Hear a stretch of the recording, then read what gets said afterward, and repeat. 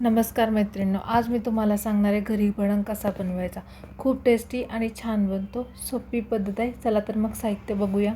चिरमुरे, फुटाणा डाळ, सुकं खोबरं, शेंगदाणे, लसूण ठेचून घेतला आहे, चिवडा मसाला, कढीपत्ता, हळद पावडर, जिरे, मोहरी, बडीशेप, तिखट पावडर, धने पावडर। चिरमुरे थोडेसे आधी भाजून घ्या। मग कढईमध्ये तेल टाका। सुकं खोबऱ्याचे काप केलेले आहेत ते तळून घ्या। असे थोडे लालसर होईपर्यंत तळून घ्या, खूप लालसर तळू नका। मग शेंगदाणे टाका। शेंगदाणे पण छान तळले की ते पण एका प्लेटमध्ये काढून घ्या।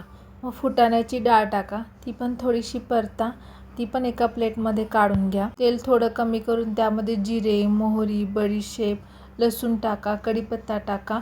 लसूण थोडासा लालसर होईपर्यंत परतून घ्या। मग त्यामध्ये सर्व मसाले टाकून छान परतून घ्या। गॅस बंद करा किंवा एकदम कमी करा म्हणजे मसाले जळत नाहीत। मग त्यामध्ये तळलेले सगळे शेंगदाणे, खोबरं, फुटाणा डाळ टाकून छान परतून घ्या म्हणजे सगळ्याला तिखट मीठ लागेल।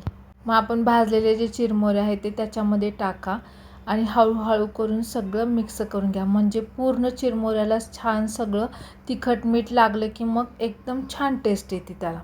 बघा मी कसं छान हळूहळू मिक्स करते, तसं हळूहळू तुम्ही मिक्स करून घ्या। गॅस हा कमीच ठेवा म्हणजे चिरमुरे खालून असे कुरकुरीत होत राहतात आणि करपत नाही, त्यामुळे गॅस कमी ठेवा।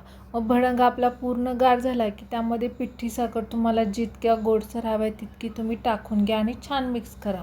मग डिशमध्ये सर्व करा आणि खायला घ्या। माझी भडंगची रेसिपी जर तुम्हाला आवडली असेल तर माझ्या चॅनलला लाईक अँड सबस्क्राईब करायला विसरू नका। रेसिपीचे डिटेल्स इथे दिलेले आहेत, नक्की करून बघा।